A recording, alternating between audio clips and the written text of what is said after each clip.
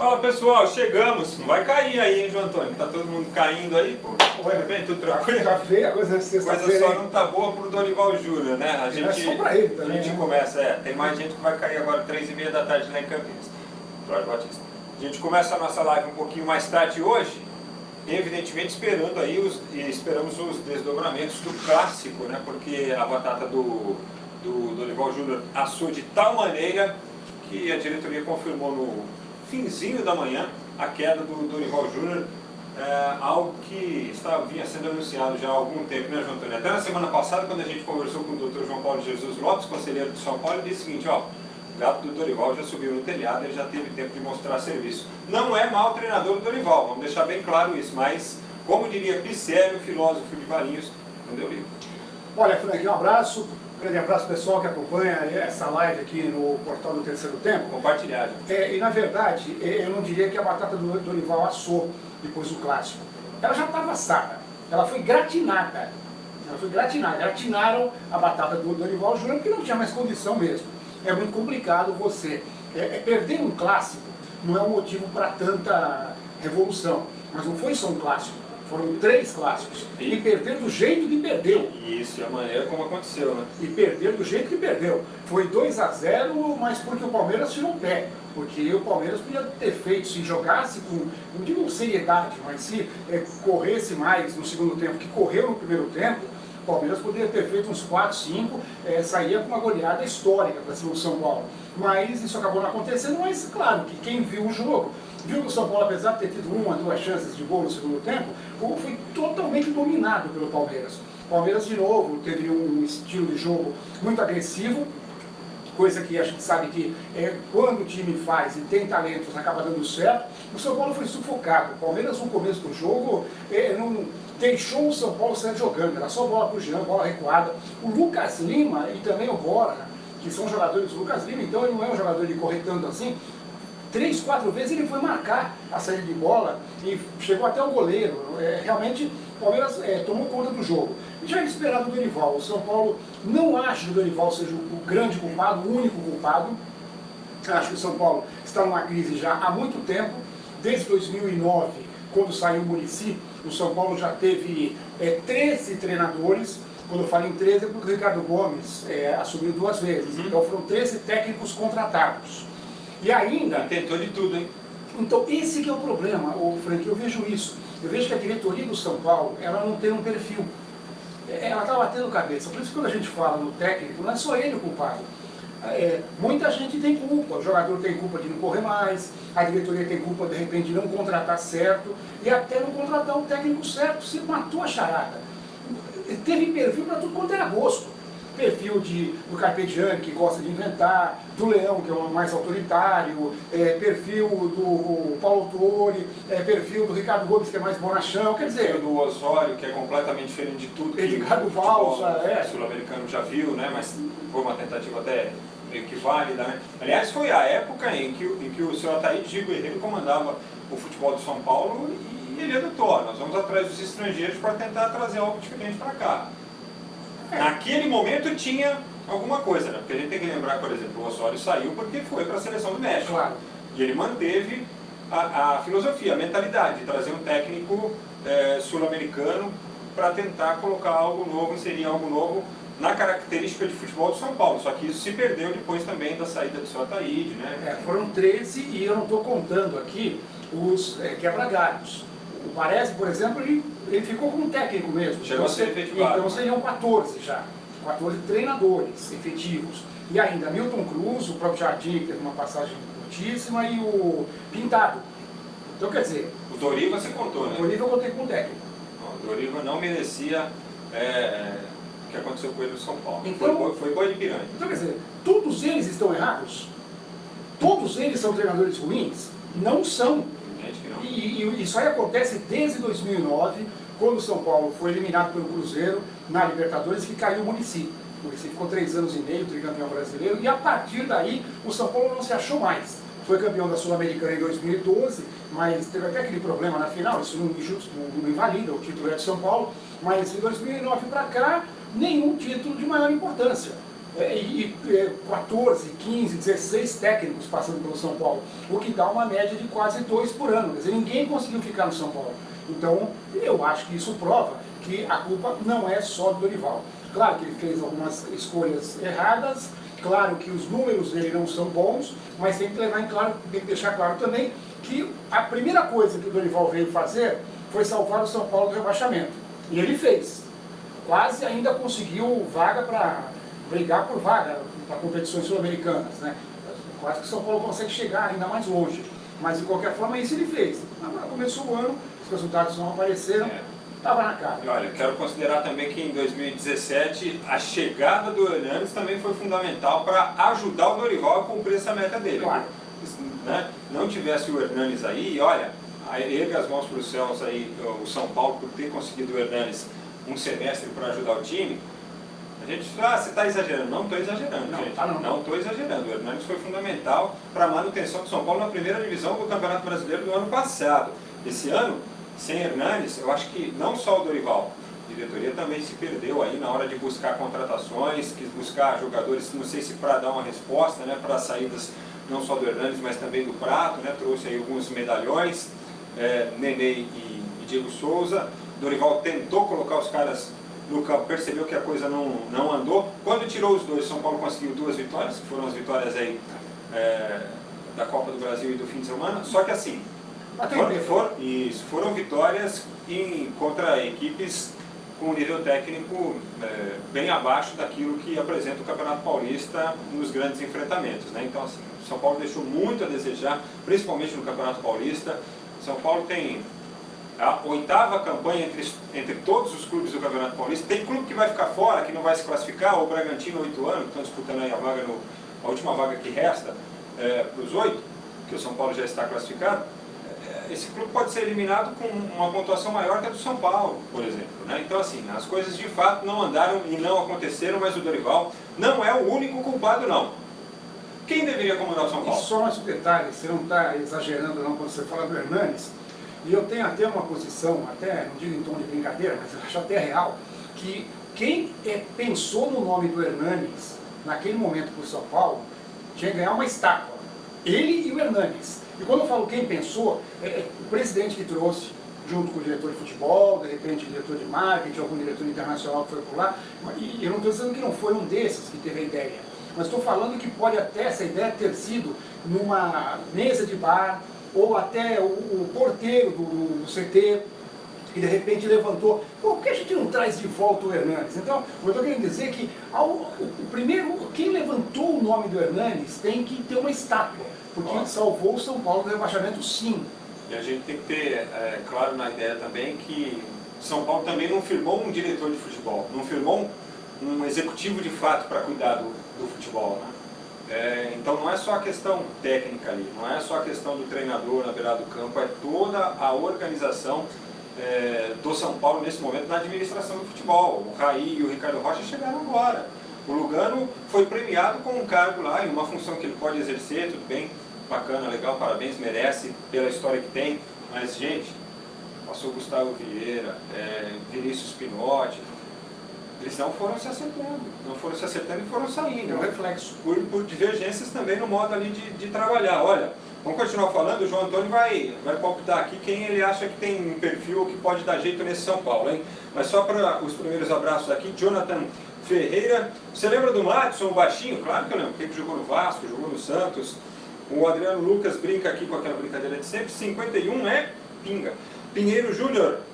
Comentários políticos, não é o tom, não é o foco dos nossos comentários aqui, né? O Jonathan Ferreira e o Breitner, que jogou no Santos. Ana Malvão, o Ítalo Vinícius, diz que o Corinthians é o maior do Brasil. Lucas de Jesus, Dali Vasco. Everson Xavier, manda um salve para o Chay e o Lucivaldo, estamos ligados. Falou, galera! Chay, Lucivaldo, Everson, saudações para vocês. Rodrigo Galvão, vai Corinthians. Delvanir Mendes, Cruzeiro tá demais, ele escreveu Cruzeiro cabuloso. Ronaldo Souza, Helder Cardoso, Ana Malvão, Dario Leandro, Alan Santiago.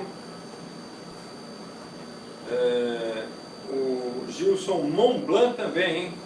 E o Ronaldo Souza, obrigado, da mesma forma para você, Gilson. Ele deve escrever bem. Montblanc.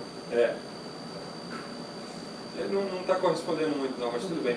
O Ronaldo Souza também, grande abraço. E o Alexandre Correia, Esporte Clube Corinthians Paulista, vai Corinthians.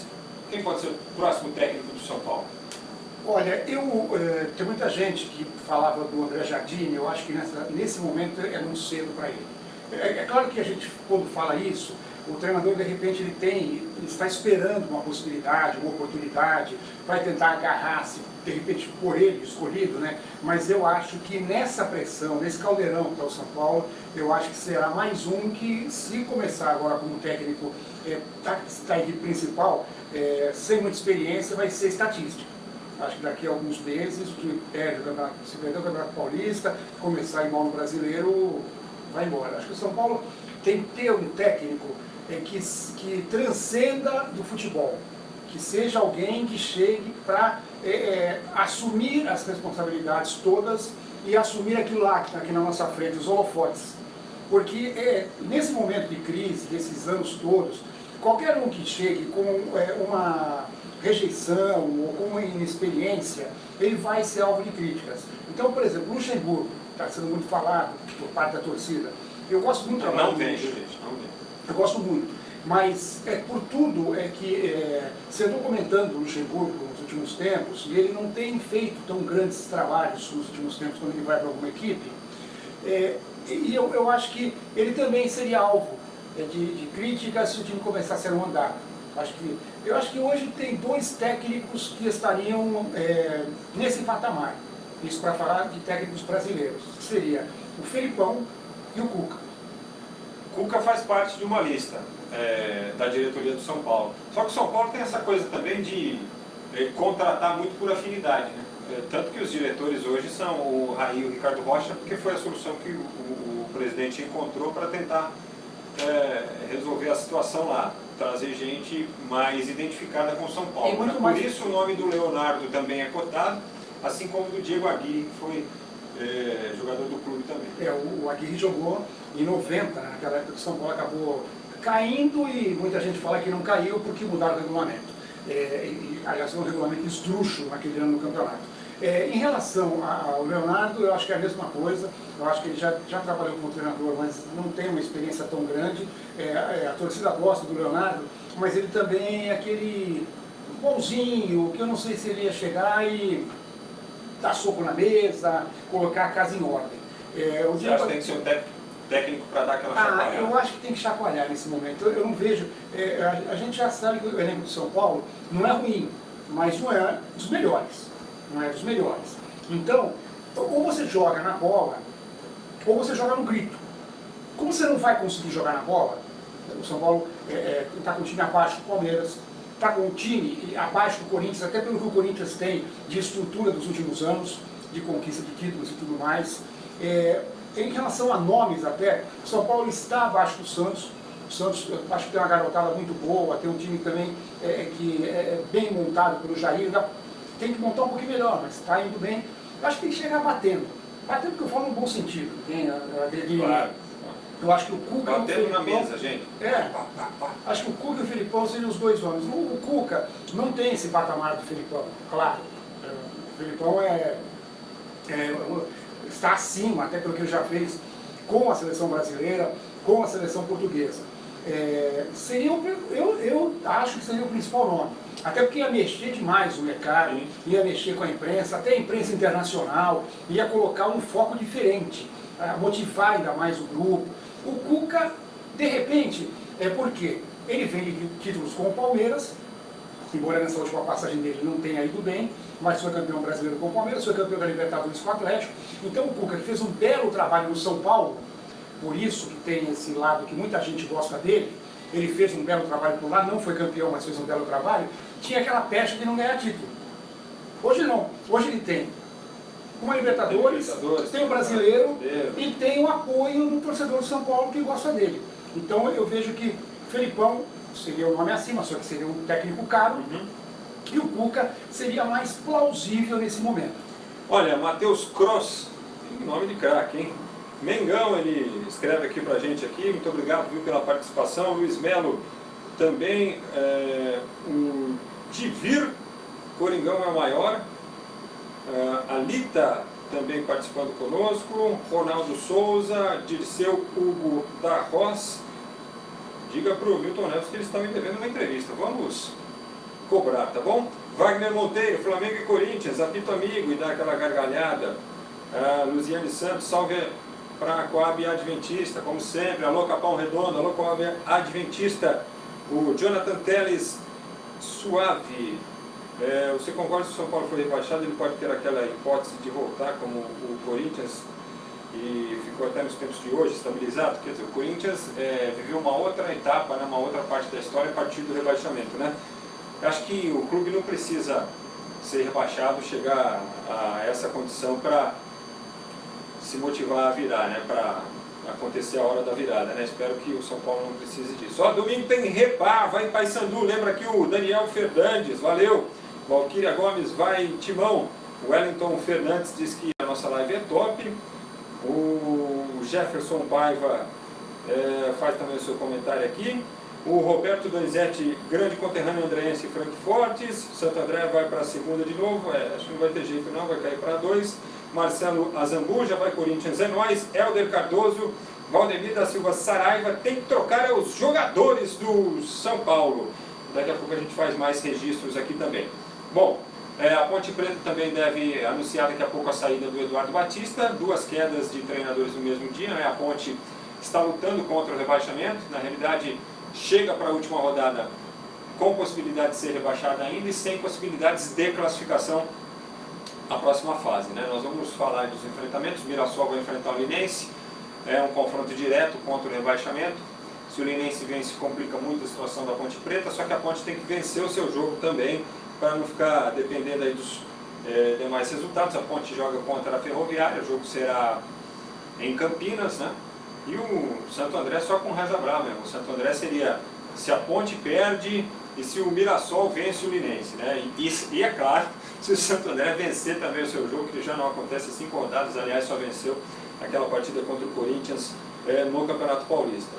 E a definição da última vaga para as quartas de final do Campeonato Paulista, que está justamente entre Ituano e Bragantino, no grupo do Corinthians, né?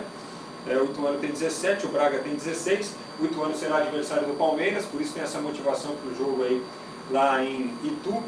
Para o Palmeiras vale a manutenção do primeiro lugar no geral e para o Ituano vale a classificação. E o Bragantino joga contra o São Caetano, o jogo será em Bragança Paulista. O São Caetano, que será o adversário do São Paulo na fase quartas de final, né? Porque o São Caetano já foi a 14, a Ponte tem 11, como a gente disse, briga contra o rebaixamento, pode até chegar aos 14, mas mesmo assim terá vitórias a menos que o São Caetano. O São Caetano tem 4 vitórias, a Ponte tem apenas 2, então não dá para chegar. São Caetano e São Paulo. São Caetano e São Paulo, Palmeiras e Novo Horizontino, Santos e Botafogo são confrontos já definidos. No caso do Palmeiras e Novo Horizontino, já definido que o primeiro jogo será em Novo Horizonte e o segundo no Allianz Parque, ou o primeiro comando do Novo Horizontino e o segundo comando do Palmeiras, né? No caso Santos e Botafogo, Botafogo ainda pode ultrapassar o Santos se vencer o Corinthians e o Santos for derrotado.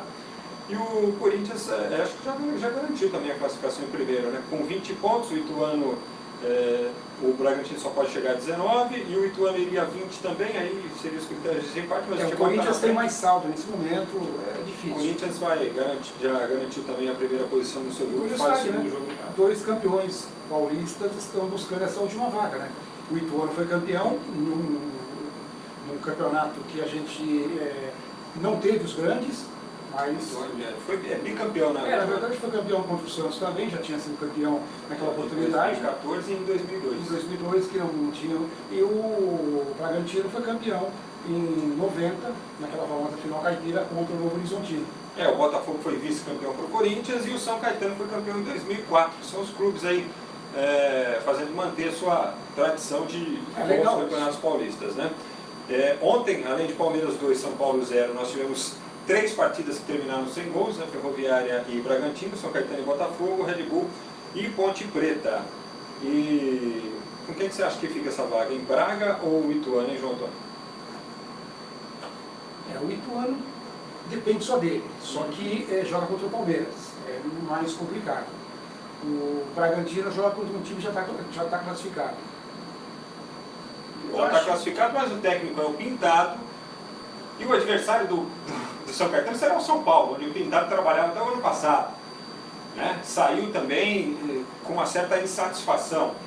Pode ser que o Pintado queira motivar os seus atletas a, de repente, terminar a fase em primeiro. Ó. Vamos aproveitar essa fase do São Paulo. Eu acho que isso, com certeza, o time vai tentar. Pela bola que o Palmeiras está jogando, se o Palmeiras jogar sério, jogar time completo, ele ganha em tudo. Não vai ter o Felipe Melo, né? Está suspenso, tem mais um outro jogador suspenso. 2 ou 3 jogadores, tudo bem. Não pode tirar o time inteiro como fez naquela última partida. Não vai ter a força máxima, né? Porque tem esses problemas aí. Aliás, falando em problemas, 4 semanas para o René Júnior, né? Uma lesão constatada agora pelo departamento médico, né? Ele fica aí de 3 a 4 semanas de molho, um jogador que vinha se destacando. Para a sorte do Corinthians, entrou agora no time Sid Clay, porque o Maicon sai da lateral e vem para a fora do meio, ele já vinha sendo titular na última temporada, né, alguns jogos do Corinthians, e agora ele volta a ser titular junto com o Gabriel ou com o Ralf. O Gabriel é o titular, mas toma muito cartão também, é expulso, e aí o Ralf vem aí para compor o grupo, e eu acho que o Corinthians, claro, o René Júnior está num momento muito bom, não só para aquele gol que ele fez no jogo contra o Santos, mas ele está num momento bom, não é um jogador também excepcional, não é aquele jogador que chega muito na frente, apesar do gol foi de longe, mas ele tem um bom passe, acho que ajuda muito o Corinthians nesse jogo que o Corinthians tem de ficar muito tempo com a bola, né? Mas o Maicon entra no lugar dele e não vai fazer muita falta. Bom, vamos falar então dos outros estaduais, né? Lamentando também a saída do Eduardo Batista, que não deu muito certo, né? A Ponte foi rebaixada no ano passado, e quando ele aceitou trabalhar na Ponte, ele falou, o convite da Ponte eu não posso recusar, né? Ele é de Campinas, todo mundo sabe, já fez bons trabalhos lá, fez inclusive o trabalho que alçou a condição de técnico do Palmeiras, né? Aquele bom campeonato em 2016, dirigindo a própria Ponte Preta, acabou rebaixado no ano passado, correndo risco agora, daqui a pouco veio um anúncio da saída dele. O Eduardo Batista ainda não provou. Ele tinha bons trabalhos na Ponte no esporte. Quando foi para times maiores, Fluminense e Palmeiras, ele não foi bem. Aí volta a casa, de repente para tentar de novo ter um crescimento, e não conseguiu fazer a Ponte Preta jogar. Então é um técnico que ainda está engatinhando também. O que ele tinha conseguido, o que ele tinha conquistado, ele perdeu. Vai ter que subir de novo os degraus para conseguir chegar entre os principais técnicos do país. Bom, o Pedro Batista aqui, ele brinca com o São Paulo, diz que o problema não é o Dorival, os jogadores, é um problema de junta, né? Aquela brincadeira tradicional, né? O Carlos Eduardo Oliveira, ele é lá da Baixada, salve Frank! Mas, novamente, a culpa é só do técnico, outra injustiça com o Dorival. Olha, o Caduzão, eu gosto muito do Dorival, velho, gosto muito mesmo dele, mas eu acho que esse trabalho do São Paulo foi, não digo o pior, né, mas um dos piores, porque não conseguiu de fato ajeitar o time. O Gilberto Andrade diz aqui, o Milton, João Antônio, Franco, prazer. Vocês da imprensa acham que... Eu estou dando uma recomendada aqui. Acham que sabe muito, viu? É fácil falarem o que o outro tem que fazer quando vocês deixam muito a desejar os seus trabalhos. Olha, somos passíveis de críticas e erros também da mesma forma que qualquer profissional, tá bom? Porque todo ser humano, né? Inclusive, né? Uma diretoria pífia do São Paulo. O Guilherme Matias fala, bora falar do Santos um pouco? Bom, o Santos tá tranquilo, né? Tá classificado, já sabe que terá o Botafogo na próxima fase. Só tem essa questão aí, do Santos, de garantir o primeiro lugar do grupo, né? Santos enfrenta o São Bento, que começou bem, mas degringolou, mas também não vai cair, também não vai classificar, então o campeonato para o São Bento acabou, né, literalmente, vai cumprir tabela, acho que talvez a única equipe que vai cumprir tabela sem interesse nenhum seja o São Bento, que tem 14 pontos e não classifica mais. Está no grupo C, né, o grupo do Palmeiras. E o Botafogo será o adversário do Corinthians, de repente o Timão pode até dar uma força aí para garantir o Santos em primeiro, mas eu não acho que isso assim seja tão relevante nesse enfrentamento não. Acho que nós teremos, talvez seja até diferente, porque se o jogo lá em Ribeirão e o jogo na Vila, provavelmente tenha mais santista dos dois. Mas o Botafogo é um time chato. O Botafogo é um time que está fazendo uma campanha boa com as suas limitações. Então eu acho que para a fase de quartas de final é um confronto interessante. Eu falo que eu gosto do time do Santos, a defesa é muito boa, tem bons jogadores no meio campo, mas ainda não acertou totalmente. Tem muitas opções de ataque, só que eu acho que o Santos ele corre risco contra o Botafogo. A gente sempre usa aquela máxima, né? Sempre vai sobrar um, sempre alguém surpreende. E eu acho que uma das boas possibilidades de surpresa é o Botafogo. Olha, falando em possibilidade de surpresa, o São Paulo tem que erguer as mãos para o céu também de se classificar nesse grupo, viu? Porque o São Paulo, por um acaso, entrou no grupo em que tecnicamente foi o mais fraco, né? Ninguém praticamente conseguiu pontuar.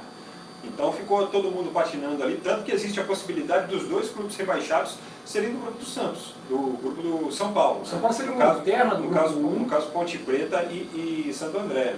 Ele seria o lanterna do grupo 1, e se estivesse nos outros dois grupos fora dele, ele estaria em terceiro lugar, fora da zona de classificação. Fora da zona de classificação. Só se classificou por conta do grupo em que está. Ó, só para a gente finalizar aqui nos demais estaduais, aí, pelo menos os mais importantes, assim, sem muita novidade. Madureira e Vasco, Macaé e Flamengo são jogos de sábado do Campeonato Carioca. No domingo tem Volta Redonda e Botafogo, Fluminense e Nova Iguaçu. O Vasco é o segundo colocado do grupo, tem o Flamengo liderando com 9, o Vasco tem 7, na outra chave Flu, Portuguesa e Botafogo tem 10 pontos ganhos, os três aí disputando as primeiras posições. No Mineiro, que já a gente vai para a última rodada, né? Caldense e Uberlândia vão definir aí um rebaixado, né? Dependendo do resultado, caem os dois também, porque são os dois que estão na zona do rebaixamento. Se empatar, os dois vão rebaixados. O Vila recebe o América, o Vila é o nono, ainda tenta uma posição entre os 8 para passar para a próxima fase. O time do Milton Neves vai enfrentar o Cruzeiro, Patrocinense e Cruzeiro. O Patrocinense é o 7º, está classificado ali, e o Cruzeiro o primeiro. Você gosta de contagem também. E tem um confronto direto, comercial, dependendo para contar o quê, né? E tem um confronto direto pela terceira posição, que é justamente entre Atlético Mineiro e Tombense, né? As duas equipes com a mesma pontuação aí, vale a vantagem de quem atua, joga em casa na próxima fase. O Atlético pode passar ainda para a segunda colocação, dependendo do resultado do América. Né? Não, o América tem 20, né? Não pode passar, né? Não chega no América, mas pelo menos se garante em terceiro, né? O Tombense tem a mesma pontuação. Agora, interessante é no Gaúcho, né? Porque a vitória do Juventude deu uma complicada na situação do Grêmio. O Juventude é o nono, enfrenta o Veranópolis este fim de semana, que é o quarto colocado. Se vencer e o Grêmio tropeçar, o Grêmio corre o risco de ficar fora da próxima fase. E se avançar, muito provavelmente nós tenhamos Grenal na próxima fase também do Campeonato Gaúcho. Inclusive o jogo desse fim de semana, para complicar um pouquinho ainda mais as coisas para o Grêmio, é contra o Inter no Beira-Rio, não é, João? O Grêmio começou muito mal. Foi um risco calculado, você diria, do Grêmio? Não acha que os caras não imaginavam que fosse chegar nesse nível aí? Não imaginavam. Até porque no Campeonato Brasileiro, quando o Grêmio já estava envolvido com a Libertadores, vários jogos o Renato usou uma base de garotos e mesmo no campeonato mais forte, no Campeonato Brasileiro, esses garotos deram uma resposta maior. Não tivemos umas participações vexatórias do Grêmio no Brasileiro quando ele jogou com a garotada. E no Campeonato Gaúcho ele esperava a mesma coisa, até porque o nível é inferior ao do Campeonato Brasileiro. Isso não ocorreu. Então eu acho que foi um risco que eles pensavam que era um risco calculado, mas eles não calcularam tão bem, não acharam que os garotos não iam dar conta do recado. Eu acho que o Grêmio correu muito risco, sim. E corre o risco, portanto, de ficar fora aí da próxima fase. Olha, a gente volta na segunda-feira, né, com mais informações aí. Tem algum destaque final, alguma coisa aí, João Antônio? O destaque nesse final de semana é que começa o Circuito Mundial de Surf. E hoje o surf é importante não só porque o Brasil entrou no mapa do Circuito Mundial de Surf com 2 títulos, um com o Gabriel Medina e outro com o Adriano Mineirinho, mas também porque o surf agora também é esporte olímpico, em Tóquio 2020. E o Brasil vai ter chance de medalha sim. O Brasil começa esse Circuito Mundial nesse final de semana na Austrália com 11 na primeira divisão. 11. Os 2 campeões e mais 9. 4 que já estavam na última temporada e mais 5 que vieram então uma espécie de segunda divisão, a WQS. Então, são 11 Pela primeira vez, desde que foi criado o circuito, em 1982, a Austrália não é o país que tem mais competidores nessa primeira divisão. Perdeu para o brasileiro, é a chamada Tempestade Brasileira. Então, boa sorte para todos os brazucas que estão lá na Austrália e que continuem dessa forma, que mantenham o ritmo, porque podemos ter medalha olímpica lá em Tóquio no surf. E abraços para o Hernani Chaves, para a Fátima Rosário, que manda um salve para a gente até segunda-feira, e o Sérgio Ricardo Ferreira, que diz o seguinte: meu São Paulo carece de uma limpeza administrativa urgentemente. E a Kelly Ferreira estará sempre conosco aqui, falando de surf, né, das etapas. Kelly também, que é a nossa surfista, a surfista oficial do Terceiro Tempo, estará sempre conosco também, falando dos esportes radicais, incluindo o surf. Tchau, pessoal, bom fim de semana, valeu, João. Um abraço a todos. Tchau, pessoal. Vamos lá no Hooters agora, almoçar?